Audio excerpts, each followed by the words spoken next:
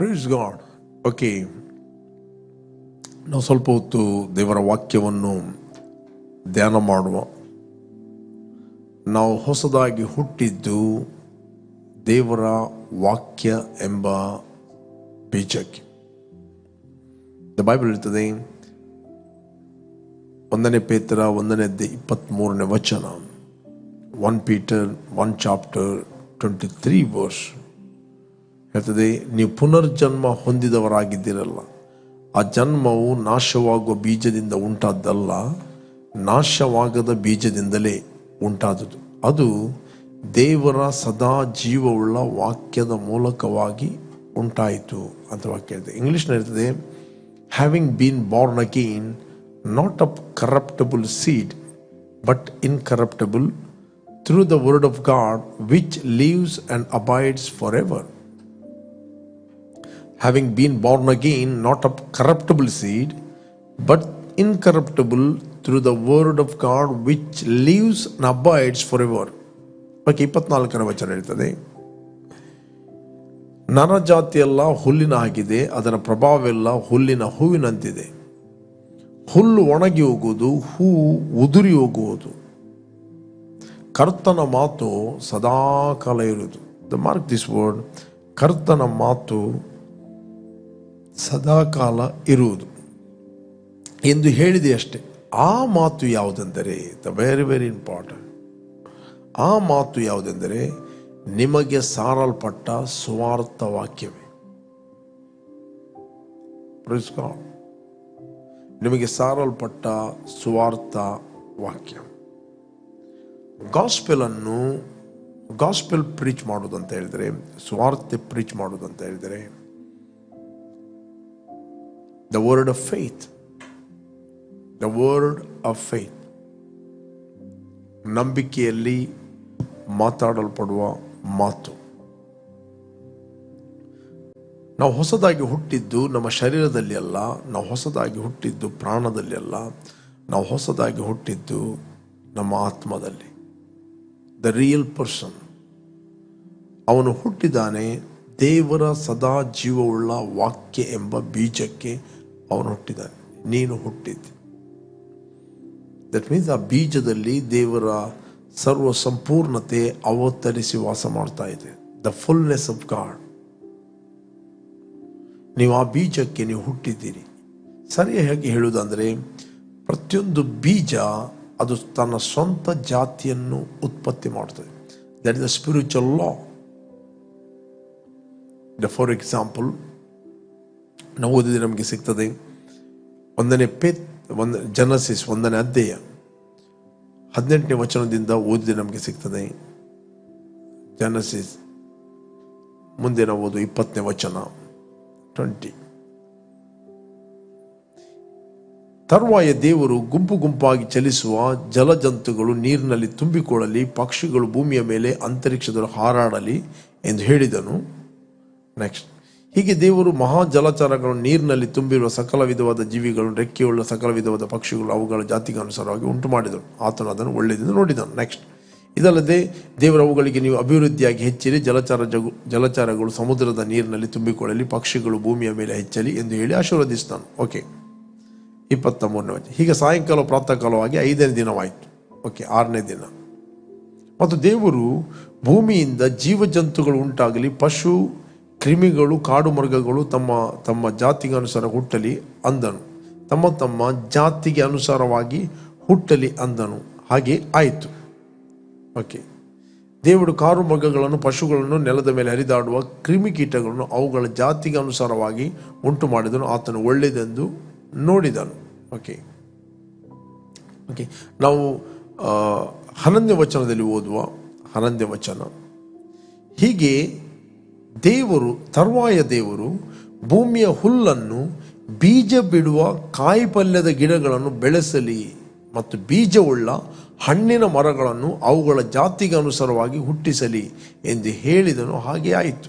Then God said, let the earth bring forth grass, the herb that yields seed, and the fruit tree that yields fruit according to his kind. according to its kind, whose seed is in itself on the earth, and it was so. ಬೀಜ ಬಿಡುವ ಪ್ರತಿಯೊಂದು ಕಾಯಿ ಪಲ್ಯಗಳನ್ನು, ಗಿಡಗಳನ್ನು ಬೆಳೆಸಲಿ ಮತ್ತು ಬೀಜ ಬಿಡುವ ಹಣ್ಣಿನ ಮರಗಳನ್ನು ಅವುಗಳ ಜಾತಿಗೆ ಅನುಸಾರವಾಗಿ ಹುಟ್ಟಿಸಲಿ ಎಂದು ಹೇಳಿದನು. ಪ್ರಿಯರೇ, ಇಲ್ಲಿ ಮಧ್ಯದಲ್ಲಿ ಮೇಜು ಇದೆ. ಈ ಮೇಜು ಯಾವುದರಿಂದ ಆಗಿದೆ? ಮರದಿಂದ ಆಗಿದೆ. ಈ ಮರದಿಂದ ಹಲಗೆ, ಇದನ್ನು ನಾವು ಮರಕ್ಕೆ ಹಿಂದೆ ಹಾಕಿದರೆ ಮರ ಆಗ್ತದೆ. ಮರವನ್ನು ರಿವರ್ಸ್ ಮಾಡಿದರೆ ಅದು ಬೀಜ. ಓಕೆ, ಬೀಜವನ್ನು ರಿವರ್ಸ್ ಮಾಡಿದರೆ ಅದು ಪುನಃ ಮರ. ಹಾಗೆ ನಾವು ನೋಡ್ತೇವೆ ಬ್ಯಾಕ್. ದರ್ಸ್ ಅ ಲಾ. ಬೀಜದಿಂದ ಮರ ಆಗಿದೆ, ಮರದಿಂದ ಬೀಜ ಆಗಿದೆ, ಬೀಜದಿಂದ ಮರ ಆಗಿದೆ, ಮರದಿಂದ ಬೀಜ ಆಗಿದೆ. That's a law. It will produce is own kind. ಅದರ ಸ್ವಂತ ಜಾತಿಯನ್ನು ಅದು ಪ್ರೊಡ್ಯೂಸ್ ಮಾಡ್ತದೆ. ಬೀಜ ಎಂಬುವಂಥದ್ದು ಒಂದು ಮರದ ಸಂಪೂರ್ಣತೆಯನ್ನು ಕಂಟೈನ್ ಮಾಡುತ್ತದೆ. ದ ಫುಲ್ನೆಸ್ ಅಂತ ಹೇಳ್ತಾರೆ. ಓಕೆ, ಪ್ರತಿಯೊಂದು ವಸ್ತುಗಳು ನೀವು ನೋಡ್ತೀರಿ, ಅದು ಬೀಜದಿಂದ ರೀಪ್ರೊಡ್ಯೂಸ್ ಆಗಿದೆ. ಓಕೆ, ಆದಾಮನಿಂದ ನಾವೆಲ್ಲರೂ ರೀಪ್ರೊಡ್ಯೂಸ್ ಆಗಿದ್ದೇವೆ. ಒಬ್ಬ ಮನುಷ್ಯರಿಂದ ನಾವು ಹುಟ್ಟಿದ್ದೇವೆ. ಯಾಕೆ? ಬೀಜ ಕರಪ್ಟ್ ಆದ ಕಾರಣ, ಪಾಪಿಯಾದ ಕಾರಣ ಎಲ್ಲರೂ ಆ ಒಂದು ನಿಯಮದಲ್ಲಿ ಪಾಪಿ ಎಂಬವರಾಗಿ ಹುಟ್ಟುತ್ತಾರೆ. ಅದಕ್ಕೆ ಬೈಬಲ್ ಹೇಳ್ತದೆ, law of the spirit of life in Christ Jesus has made you free from the law of sin and death. ಪವಿತ್ರಾತ್ಮನಿಂದ ಉಂಟಾದ ಜೀವದ ನಿಯಮವು ಪಾಪ ಮತ್ತು ಮರಣಗಳಿಗೆ ಕಾರಣವಾದ ನಿಯಮದಿಂದ ನಮ್ಮನ್ನು ಬಿಡುಗಡೆ ಮಾಡಿತು. ಓಕೆ, ಇವತ್ತು ನಾವು ಹೊಸದಾಗಿ ಹುಟ್ಟಿದ್ದು ದೇವರ ವಾಕ್ಯ ಎಂಬ ಬೀಜಕ್ಕೆ. That means we are the reproduction of God himself. We are the reproduction of God himself. ನಾವು ಹುಟ್ಟಿದ್ದು ನಾಶವಾಗುವ ಬೀಜದಿಂದ ಅಲ್ಲ, ನಾಶವಾಗದ, ಅಂದರೆ ಸದಾ ದೇವರ ಜೀವವುಳ್ಳ ಬೀಜದಿಂದ ನಾವು ಹುಟ್ಟಿದವರಾಗಿದ್ದೇವೆ. ಓಕೆ, ನಾವು ಹುಟ್ಟಿದವರಾಗಿದೆ. ನಮ್ಮ ಒಳಗೆ ಅದು ಪಾಪ ಇಲ್ಲ, ದೇವರ ಜೀವ ಇದೆ, ದ ಲೈಫ್ ಇದೆ. ಪ್ರತಿಯೊಂದು ಬೀಜದಲ್ಲಿ ಲೈಫ್ ಇದೆ. ಓಕೆ, ಪ್ರತಿಯೊಂದು ಬೀಜದಲ್ಲಿ ಲೈಫ್ ಇದೆ, ಅದು ರೀಪ್ರೊಡ್ಯೂಸ್ ಮಾಡ್ತದೆ. ಅದೇ ರೀತಿ ನಮ್ಮ ಒಳಗೆ ದೇವರ ಲೈಫ್ ಇದೆ, ದೇವರ ಜೀವ ಇದೆ, ದೇವರ DNA ಇದೆ, ದೇವರ ಗುಣಶಕ್ತಿಗಳಿವೆ. ನಮ್ಮ ತಂದೆ ತಾಯಿಗಳಿಂದ ಬಂದಂಥ ಆ ಲೈಫಿಗೆ ನಾವು ಕಟಪಾಗಿದ್ದೇವೆ. ಆ ಬ್ಲಡ್ ಲೈನ್ ಲೈಫಿಗೆ ನಾವು ಡಿಸ್ಕನೆಕ್ಟ್ ಆಗಿದ್ದೇವೆ. ನಾವು ದೇವರ ಜೀವಕ್ಕೆ ನಾವು ಹುಟ್ಟಿದವರಾಗಿದ್ದೇವೆ. ನಮ್ಮ ಒಳಗೆ ಆ ಜೀವ ಇದೆ, ನಮ್ಮ ಒಳಗೆ ಆ ಲೈಫ್ ಇದೆ. ಆ ಲೈಫಲ್ಲಿ ಇನ್ಕರಪ್ಟಬಲ್ ಸೀಡ್ ಅಂತ ಹೇಳಿದ್ರೆ ದೋಷವಿಲ್ಲದ ಬೀಜ, ಕರಪ್ಟ್ ನಾಶವಾಗದ ಬೀಜ, ಅದು ರೋಗ ಇಲ್ಲದ ಬೀಜ, ವ್ಯಾಧಿ ಇಲ್ಲದ ಬೀಜ.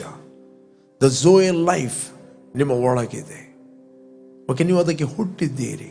ಬಟ್ ಇದೆಲ್ಲ ಒಳಗಿದ್ದದನ್ನು ಬ್ಲಾಕ್ ಮಾಡುವಂಥದ್ದು ಯಾವುದಂತ ಹೇಳಿದ್ರೆ ನಮ್ಮ ಮೈಂಡ್, ನಮ್ಮ ವಿಲ್ ಅಂಡ್ ಇಮೋಷನ್. ಅದಕ್ಕೋಸ್ಕರ ದೇವರ ವಾಕ್ಯದ ಮೂಲಕ ನಮ್ಮ ಮನಸ್ಸನ್ನು ಯಾವಾಗಲೂ ನಾವು ನೂತನಪಡಿಸಬೇಕು. ಕ್ರಿಸ್ತನಲ್ಲಿ ನಾವು ಯಾರಾಗಿ ಹುಟ್ಟಿದ್ದೇವೆ. ಯಾಕಂದರೆ ಯೇಸು ಕ್ರಿಸ್ತನು ದೇವರ ವಾಕ್ಯವಾಗಿದ್ದ, ದೇವರ ಬೀಜ. ಆದಿಯಲ್ಲಿ ವಾಕ್ಯವಿತ್ತು, ವಾಕ್ಯವು ದೇವರ ಬಳಿಯಿತ್ತು, ವಾಕ್ಯವು ದೇವರಾಗಿತ್ತು, ವಾಕ್ಯವು ನರ ಅವತಾರ ಇತ್ತು, ನಮ್ಮ ಮಧ್ಯದಲ್ಲಿ ವಾಸಿಸ್ತಾನೆ. ಓಕೆ, ಅದಕ್ಕೆ ಬೈಬಲ್ ಹೇಳ್ತಿದೆ, ಪ್ರಾಪಂಚಿಕವಾದ ತತ್ವಜ್ಞಾನ ಬೋಧನೆಯಿಂದ ನಿಮ್ಮ ಮನಸ್ಸನ್ನು ಕೆಡಿಸಿ ನಿಮ್ಮನ್ನು ವಶ ಮಾಡಿಕೊಂಡರು ಎಚ್ಚರಿಕೆ. ಕ್ರಿಸ್ತನಲ್ಲಿಯೇ ದೇವರ ಸರ್ವ ಸಂಪೂರ್ಣತೆ ಅವತರಿಸಿ ವಾಸ ಮಾಡ್ತಾ ಇದೆ. ದೇವರ ಸರ್ವ ಸಂಪೂರ್ಣತೆ ಅವತರಿಸಿ ವಾಸ ಮಾಡ್ತಾರೆ. ನೀವು ಆತನಲ್ಲಿ ಇದ್ದುಕೊಂಡು ಪರಿಪೂರ್ಣತೆಯನ್ನು ಹೊಂದಿದವರಾಗಿದ್ದೀರಿ ಅಂತ ಹೇಳ್ತದೆ. ಕೊಲೋಸಿಯನ್ 2 chapter 8 verse. ಕೊಲೋಸಿಯನ್ 2 chapter 8 verse 8, 9, 10. ಕ್ರಿಸ್ತನನ್ನು ಅನುಸರಿಸದೆ ಮನುಷ್ಯರ ಸಂಪ್ರದಾಯಗಳನ್ನು, ಪ್ರಾಪಂಚಿಕ ಬಾಲಬೋಧೆಯನ್ನು ಅನುಸರಿಸುವರು. ನಿಮ್ಮಲ್ಲಿ ಒಂದು ಮೋಸವಾದ ನಿರರ್ಥಕ ತತ್ವಜ್ಞಾನ ಬೋಧನೆಯಿಂದ ನಿಮ್ಮ ಮನಸ್ಸನ್ನು ಕೆಡಿಸಿ ನಿಮ್ಮನ್ನು ವಶ ಮಾಡಿಕೊಂಡರು ಎಚ್ಚರಿಕೆ. ಕ್ರಿಸ್ತನಲ್ಲಿಯೇ ದೇವರ ಸರ್ವ ಸಂಪೂರ್ಣತೆ ಅವತರಿಸಿ ವಾಸ ಮಾಡ್ತಾ ಇದೆ. 2:9.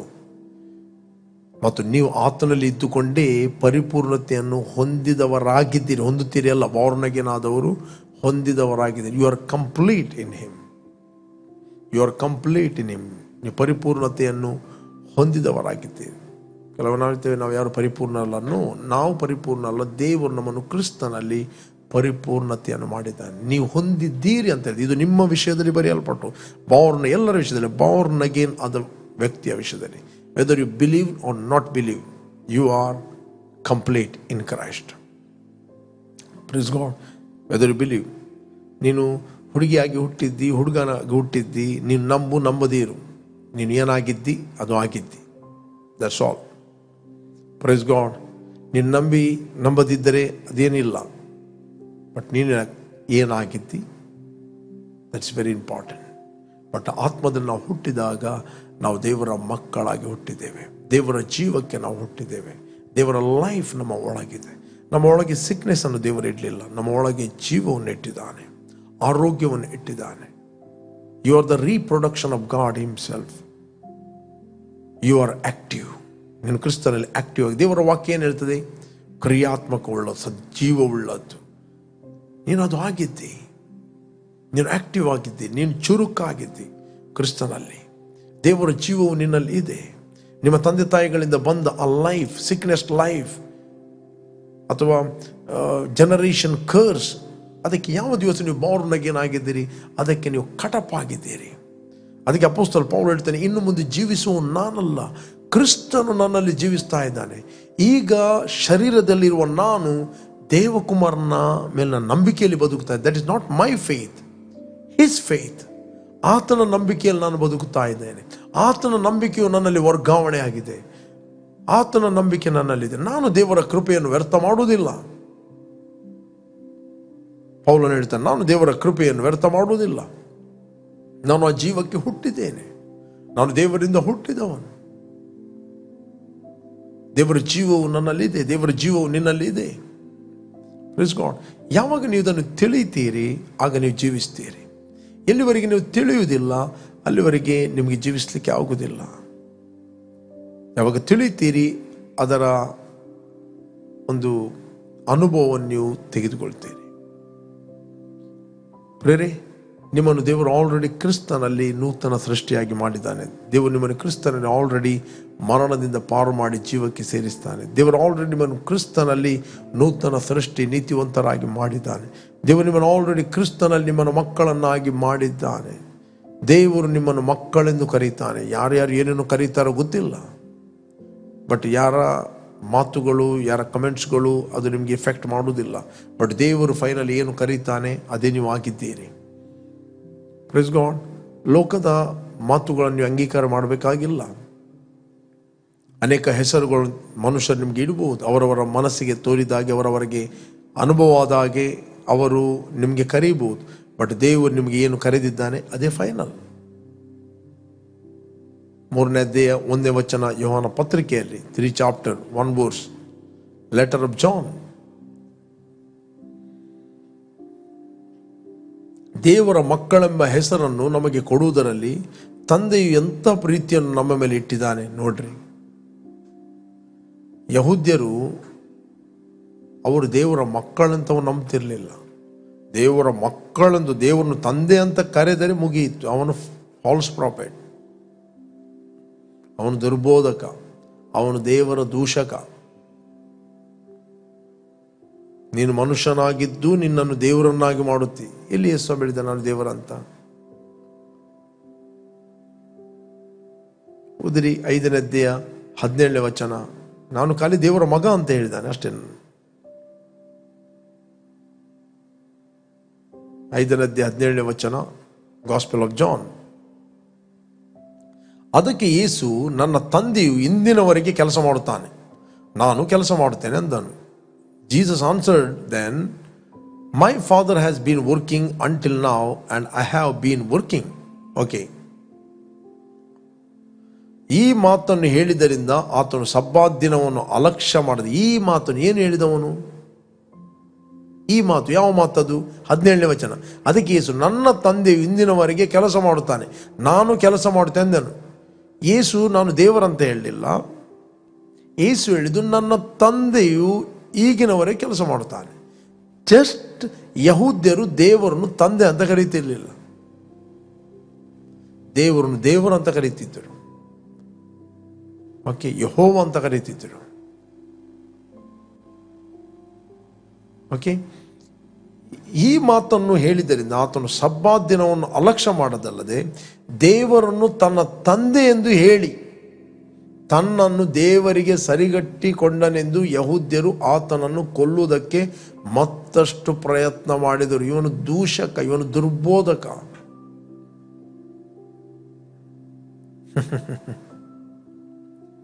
ಯಾಕೆ? ಯೇಸು ದೇವರನ್ನು ತಂದೆ ಅಂತ ಕರೆದ. ಪ್ರಿಯರು, ಯಾರು ಆತನ ಅಂಗೀಕಾರ ಮಾಡಿದರು ಅಂದರೆ ಆತನ ಹೆಸರನ್ನು ನಂಬಿಕೆ ಇಟ್ಟರು, ಅವರಿಗೆ ದೇವರ ಮಕ್ಕಳಾಗುವ ಅಧಿಕಾರ ಕೊಟ್ಟನು. ಇವರು ರಕ್ತ ಸಂಬಂಧದಿಂದಾಗಲಿ, ಮನುಷ್ಯನ ಇಚ್ಛೆಯಿಂದಾಗಲಿ, ಪುರುಷನ ಸಂಕಲ್ಪದಿಂದಾಗಲಿ ಇವರು ಹುಟ್ಟಿದವರಲ್ಲ, ಇವರು ದೇವರಿಂದ ಹುಟ್ಟಿದವರು. You are the reproduction of God himself. ನಿಮ್ಮ ಆತ್ಮ, ಕರ್ತನ ಆತ್ಮ ಒಂದು ಆತ್ಮವಾಗಿದೆ. ಓಕೆ, ಇನ್ನೊಂದು ವಚನ 8ನೇ ಅಧ್ಯಾಯದಲ್ಲಿ 54ನೇ ವಚನದಲ್ಲಿ ಓದಿ ನಮಗೆ ಸಿಗ್ತದೆ. Gospel of John 8 chapter 54 verse. ಯೇಸು, ನನ್ನನ್ನು ನಾನೇ ಮಹಿಮೆಪಡಿಸಿಕೊಂಡರೆ ನನ್ನ ಮಹಿಮೆ ಹುರುಳಿಲ್ಲದು. ನನ್ನನ್ನು ಮಹಿಮೆಪಡಿಸುವವನು ನನ್ನ ತಂದೆ, ನನ್ನನ್ನು ಮಹಿಮೆಪಡಿಸುವವನು ನನ್ನ ತಂದೆ. ನೀವು ಆತನನ್ನು ನಮ್ಮ ದೇವರು ಅನ್ನುತ್ತೀರಿ, ಆದರೂ ನೀವು ಆತನು ತಿಳಿಯದೇ ಇದ್ದೀರಿ. ನಿಮ್ಗೆ ಗೊತ್ತಿಲ್ಲ ಅವನು ಯಾರಂತ. ನಾನಂತೂ ಆತನು ಬಲ್ಲೆನು, ಆತನನ್ನು ಅರಿಯನೆಂದು ಹೇಳಿದರೆ ನಿಮ್ಮ ಹಾಗೆ ಸುಳ್ಳುಗಾರನಾಗಿ, ನಿಮ್ಮ ಹಾಗೆ ಸುಳ್ಳು ಮಾತಾಡಲಿಕ್ಕೆ ನನಗೆ ಆಗುವುದಿಲ್ಲ. ನಾನು ಮಾತಾಡುವಂಥ ನಿಮಗೆ ಸುಳ್ಳು ಅಂತ ಕಂಡರೆ ಅದು ನಿಮ್ಮ ಪ್ರಾಬ್ಲಮ್. ಆದರೆ ಆತನನ್ನು ಮಹಿಮೆ ಪಡಿಸೋಣ. ಆತನನ್ನು ತಿಳಿದಿದ್ದೇನೆ, ಆತನ ವಾಕ್ಯವನ್ನು ಕೈಗೊಂಡು ನಡೆಯುತ್ತೇನೆ. ನಿಮ್ಮ ಮೂಲ ಪುರುಷನಾದ ಅಬ್ರಾಮನು ನನ್ನ ದಿನವನ್ನು ತಾನೇ ನೋಡಿನೆಂದು ಉಲ್ಲಾಸಪಟ್ಟನು, ಅದನ್ನು ನೋಡಿ ಸಂತೋಷಗೊಂಡನು ಅಂದನು. ಅದಕ್ಕೆ ಹೇಳಿದೆ, ನಿನಗೆ ಇನ್ನೂ 50 ವರ್ಷವಾಗಿಲ್ಲ, ಅಬ್ರಾಮನು ನೋಡಿದ್ಯಾ ಅಂದಾಗ ಯೇಸು, ನಿಮಗೆ ನಿಜ ನಿಜವಾಗಿ ಹೇಳುತ್ತೇನೆ, ಅಬ್ರಾಮನು ಹುಟ್ಟುವುದಕ್ಕಿಂತ ಮುಂಚಿನಿಂದ ನಾನಿದ್ದೇನು ಅಂದನು. ಓಕೆ, ಅವರು ಈ ಮಾತನ್ನು ಕೇಳಿ ಆತನು ಕೊಲ್ಲುವುದಕ್ಕೆ ಕಲ್ಲು ತಕೊಳ್ಳಲು ಯೇಸು ಅಡಗಿಕೊಂಡು ದೇವಾಲಯದೊಳಗಿಂದ ಹೊರಟು ಹೋದನು. ಓಕೆ, 10ನೇ ಅಧ್ಯಾಯದಲ್ಲಿ ನಾವು ಓದಿದೆ ನಮಗೆ ಸಿಗ್ತದೆ 10 ಚಾಪ್ಟರ್ 31 ವರ್ಸ್. ಯಹೂದ್ಯರು ಆತನು ಹೊಡೆದು ಕೊಲ್ಲಬೇಕೆಂದು ತಿರುಗಿ ಕಲ್ಲುಗಳನ್ನು ತೆಗೆದುಕೊಂಡು ಬರಲು ಯೇಸು ಅವರನ್ನು, ತಂದೆಯ ಕಡೆಯಿಂದ ಅನೇಕ ಒಳ್ಳೆಯ ಕ್ರಿಯೆಗಳನ್ನು ನಿಮಗೆ ತೋರಿಸ್ತೇನೆ, ಅವುಗಳಲ್ಲಿ ಯಾವ ಕ್ರಿಯೆ ದೆಸೆಯಿಂದ ನನ್ನ ಮೇಲೆ ಕಲ್ಲೆಸೆಯುತ್ತೀರಿ ಎಂದು ಕೇಳಿದಕ್ಕೆ ಯಹೂದ್ಯರು, ನಾವು ನಿನ್ನ ಮೇಲೆ ಕಲ್ಲೆಸೆಯುವುದು ಒಳ್ಳೆಯ ಕಾರ್ಯ ದೆಸೆಯಿಂದಲ್ಲ, ದೇವದೂಷಣೆ, ದುರ್ಬೋಧನೆ ಮಾಡ್ತಾ ಇದ್ದಿ, ನೀನು ದೇವದೂಷಣೆ ಮಾಡ್ತಾ ಇದ್ದಿ. ದೇವದೂಷಣೆಯ ದೆಸೆಯಿಂದಲೂ ನೀನು ಮನುಷ್ಯನಾಗಿದ್ದು ನಿನ್ನನ್ನು ನೀನೇ ದೇವರನ್ನಾಗಿ ಮಾಡಿಕೊಳ್ಳುವುದರ ದೆಸೆಯಿಂದಲೂ ನಿನ್ನ ಮೇಲೆ ಕಲ್ಲೆಸೆಯುತ್ತೇವೆ ಅಂದರು. ಅದಕ್ಕೆ ಯೇಸು, ನೀವು ದೇವರುಗಳೇ ಎಂದು ನಾನು ಹೇಳಿದೆನು ಎಂಬುದಾಗಿ ನಿಮ್ಮ ಧರ್ಮಶಾಸ್ತ್ರದಲ್ಲಿ ಬರೆದಿದೆಯಲ್ಲ. ಶಾಸ್ತ್ರವು ಸುಳ್ಳಾಗಲಾರದು, ಬೈಬಲ್ ಸುಳ್ಳು ಆಗುವುದಿಲ್ಲ. ನೀವು ಅದು ನಂಬದೆ ಹೋಗಿ, ಶಾಸ್ತ್ರ ಸುಳ್ಳಾಗಲಾರದಷ್ಟೇ. ನೆಕ್ಸ್ಟ್. ಹಾಗಾದರೆ ದೇವರ ವಾಕ್ಯವನ್ನು ಹೊಂದಿದವರನ್ನು ದೇವರುಗಳೆಂದು ಆತನು ಹೇಳಿರುವಲ್ಲಿ ತಂದೆಯು ಪ್ರತಿಷ್ಠೆ ಮಾಡಿ ಲೋಕಕ್ಕೆ ಕಳಿಸಿಕೊಟ್ಟವನಾದ ನಾನು ದೇವರ ಮಗನಾಗಿದ್ದೇನೆಂದು ಹೇಳಿದಕ್ಕೆ ನೀನು ದೇವದೂಷಣೆ ಮಾಡುತ್ತೆ ಅನ್ನುತ್ತೀರೋ? ನಾನು ನನ್ನ ತಂದೆಯ ಕ್ರಿಯೆಗಳನ್ನು ಮಾಡದಿದ್ದರೆ ನನ್ನ ಮಾತನ್ನು ನಂಬಬೇಡ್ರಿ. ಓಕೆ, ಮಾಡಿದರೆ ನನ್ನ ಮಾತನ್ನು ನಂಬದೇ ಇದ್ದರೂ ಆ ಕ್ರಿಯೆಗಳ ಸಾಕ್ಷಿಯನ್ನು ಅದು ನಂಬಿರಿ. ಆಗ ನನ್ನಲ್ಲಿ ತಂದೆ ಇದ್ದಾನಂತಲೂ ತಂದೆಯಲ್ಲಿ ನಾನಿದ್ದೇನೆಂತಲೂ ನೀನು ತಿಳುಕೊಂಡು ಮನನ ಮಾಡಿಕೊಳ್ಳಿರಿ, ಅಂದರೆ ಮೆಡಿಟೇಟ್ ಮಾಡ್ರಿ ಅಂದನು. ಇವತ್ತು ಕ್ರಿಸ್ತನಲ್ಲಿ ನಾವು ಯಾರಾಗಿದ್ದೇವೆ? ಯಾವ ವಾಕ್ಯಕ್ಕೆ ನಾವು ಹುಟ್ಟಿದ್ದೇವೆ? Who you are? Just think about that. ಆಗ ನನ್ನಲ್ಲಿ ತಂದೆ ಇದ್ದಾನೆಂತಲೂ ತಂದೆಯಲ್ಲಿ ನಾನು ಇದ್ದೇನೆಂತಲೂ. ನನ್ನಲ್ಲಿ ತಂದೆ ಇದ್ದಾನೆ, ತಂದೆಯಲ್ಲಿ ನಮ್ಮಲ್ಲಿ ಏನಿದ್ದಾನೆ? ಬಾರ್ನ್ ಅಗೇನ್ ಆದವರ ಹತ್ರ ಓದಿರಿ 4ನೇ ಅಧ್ಯಾಯ 13ನೇ ವಚನ ಯೋಹಾನ ಪತ್ರಿಕೆಯಲ್ಲಿ.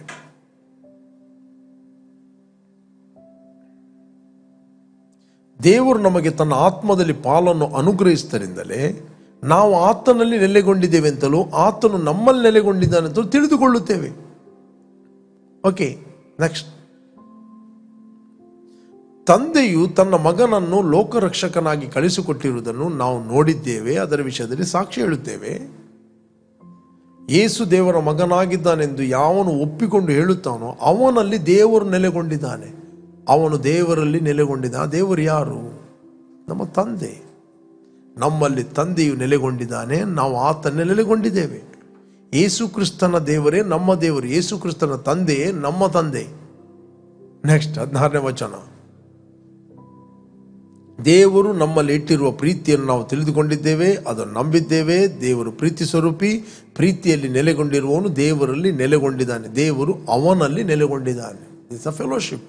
ಇಲ್ಲಿ ಯೇಸು ಸ್ವಾಮಿ ಅದೇ ಮಾತಾಡಿದ, ತಂದೆ ನನ್ನಲ್ಲಿ ನೆಲೆಗೊಂಡಿದ್ದಾನೆ, ನಾನು ತಂದೆಯಲ್ಲಿ ನೆಲೆಗೊಂಡಿದ್ದಾನೆ. ಇದನ್ನು ತಿಳಿದು ಮನನ ಮಾಡ್ರಿ, ಧ್ಯಾನ ಮಾಡ್ರಿ, ಮೆಡಿಟೇಟ್ ಮಾಡ್ರಿ.